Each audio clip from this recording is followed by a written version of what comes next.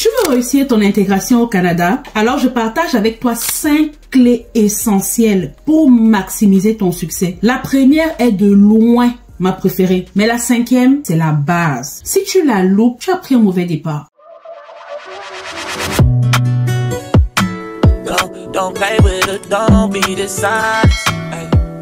Salut et bienvenue sur ma chaîne, je suis Esther Vanessa. Aujourd'hui, on va encore parler de finances. Oui, on va parler de finances parce que toi, en tant que nouvel arrivant ou en tant qu'immigrant, tu dois comprendre que tu es dans une économie capitaliste et que les finances sont au centre et à la base de tout. Donc, il faut que j'en parle pour que tu saches comment poser tes pions. La première leçon ici essentielle et celle que je préfère, que je pense que j'ai très bien assimilée aujourd'hui, c'est que l'argent est lié à la valeur et ça crée des opportunités. Que tu sois un consultant, que tu sois un artisan, que tu sois un créateur de contenu ou que tu sois un comptable, tu dois réfléchir à la valeur que tu peux apporter à ta communauté ou bien à un marché spécifique parce que cette valeur-là va multiplier l'argent que tu vas recevoir dans ta poche. Au-delà du travail traditionnel, ton travail traditionnel de 9h à 5h, quand tu ouvres le contrat, tu vois, c'est clair, le montant que tu auras par an. Ça ne se discute pas, c'est là. Même quand tu vas aller faire les heures supplémentaires, tu sais déjà que mon revenu ne va pas être capé jusqu'à au-delà de. Tu sais quel est le montant que tu auras. Mais lorsque tu décides que la compétence que tu as, tu vas aussi, au-delà du travail traditionnel, mettre ça au service de ta communauté ou bien au service d'un marché spécifique et apporter de la valeur aux personnes qui se trouvent dans cette communauté-là, les possibilités de revenus deviennent infinies. Et ça que j'ai compris en fait, l'argent est lié à la valeur que tu apportes. Et cette valeur-là va te créer des opportunités. Je vais peut-être vous parler dans les prochaines vidéos au fur et à mesure qu'on avance, des opportunités que je rencontre depuis que j'ai décidé de créer du contenu pour le mettre sur YouTube. Il y a tellement d'opportunités qui se trouvent en arrière que je n'aurais même pas pensé pouvoir saisir en restant uniquement coincé dans mon boulot de comptable de 9h à 17h. Mais lorsque j'ai compris que j'ai beaucoup plus de valeur que ce que je donne dans mon travail traditionnel de 9h à 17h et que je peux mettre cette valeur-là au service d'un marché spécifique, les possibilités sont infinies. Donc toi en tant que nouvel arrivant, peut-être que tu restes dans ton coin et tu te dis, je n'ai pas de compétences, je ne sais pas ce que je peux faire. C'est le temps pour toi d'aller chercher une compétence. Cherche-toi une compétence qui apporte réellement de la valeur à ton marché spécifique. Et lorsque tu auras trouvé cette compétence, lorsque tu apporteras de la valeur, tu verras. L'argent que tu cherches au Canada, tu l'auras. Parce que c'est étroitement lié à la valeur que tu apportes.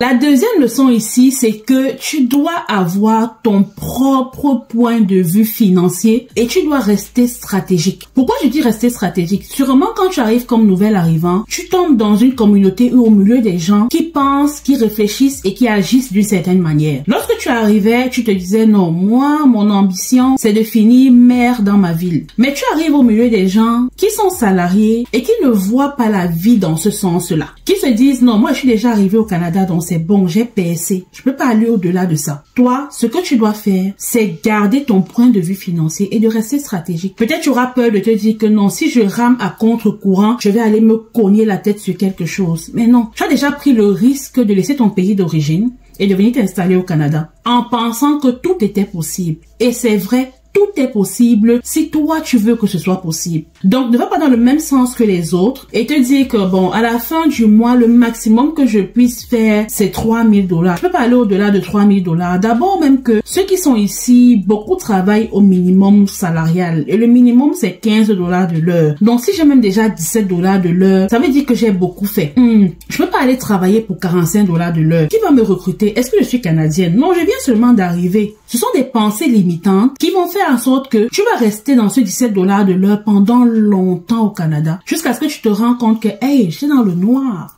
Oui, tu étais dans le noir. Il faut déposer ton plan stratégique devant toi et te dire que première année, je comprends que ce sera difficile, ce sera sans mon revenu. Deuxième année, je me forme et je fais tout ce qu'il y a à faire pour doubler mon revenu annuel. C'est possible. Tu peux te dire, après 3 ans, voilà le revenu que je vais me faire par an. Tu te donnes les moyens qu'il faut, tu vas y arriver. Les autres le font. Ils n'ont pas 5 têtes. C'est toi qui te limites, peut-être à cause de ton environnement. Tu es au milieu des gens qui pensent d'une certaine manière et qui te limitent dans tes ambitions, dans ta pensée, dans ta stratégie. C'est quelque chose que j'ai compris, hein, et c'est une des leçons financières que je veux que tu apprennes dans cette vidéo. Quand tu arrives comme nouvel arrivant là, tu vas te retrouver au milieu de plein de gens qui vont te dire plein de choses. Garde ta stratégie. Reste posé, ok?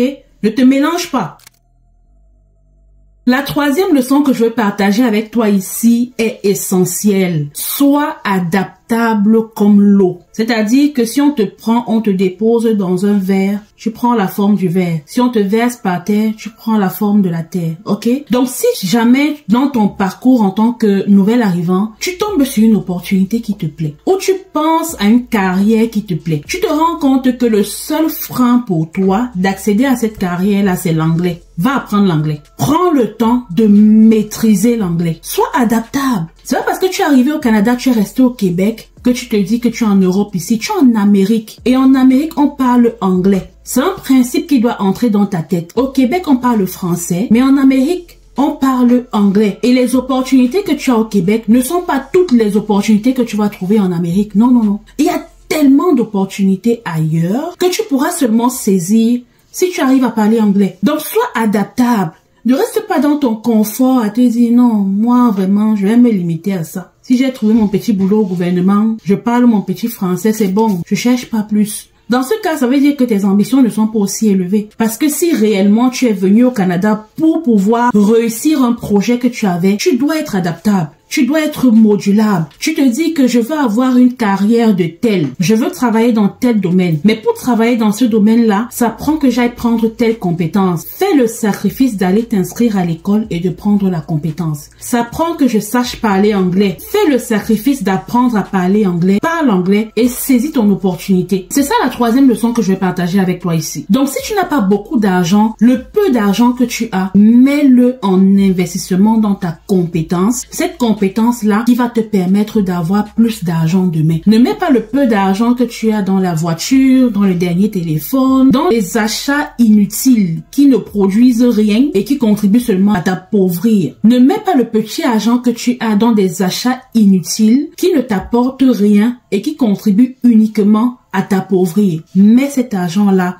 dans des choses utiles qui vont te permettre de produire de l'argent de manière continue.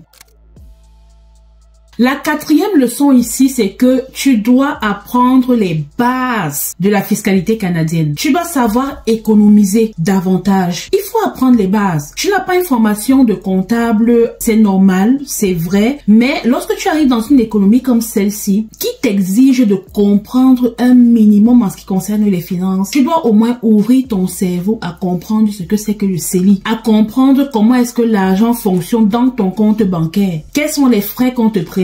Est-ce que cette banque-ci est beaucoup plus avantageuse par rapport à cette autre banque-ci? Est-ce que la banque-ci me donne des retours en argent que l'autre banque ne me donne pas, mais me donne juste des retours en points? Est-ce que les retours en points sont avantageux pour moi? Ce sont des choses que tu dois essayer de comprendre. On ne te demande pas d'aller comprendre toute la fiscalité canadienne, mais au moins de comprendre comment l'argent qui circule entre tes mains et dans ta poche fonctionne et comment est-ce que tu peux te rassurer que cet argent-là reste pour toi. Parce que si tu ne comprends pas, tu vas tout simplement le perdre de la manière la plus bête qui soit. Tu vas penser que non, l'argent c'est comme ça rentre pas, ça ne sort pas, non. Il y a une manière de faire en sorte que ça reste un peu dans ta poche là. Ça va pas rentrer et tout sortir d'un coup comme ça. Il faut prendre le temps de comprendre un peu ces petites bases là. Essaie de les apprendre. C'est quoi le CELI? C'est quoi le CELIAP? Comment je planifie ma retraite? C'est quoi le REER? C'est quoi le REER? Si c'est trop difficile, rapproche-toi d'un planificateur financier. Discute avec lui pour comprendre des petites bases de finances. Ça va t'aider dans ton parcours au Canada et c'est essentiel pour toi.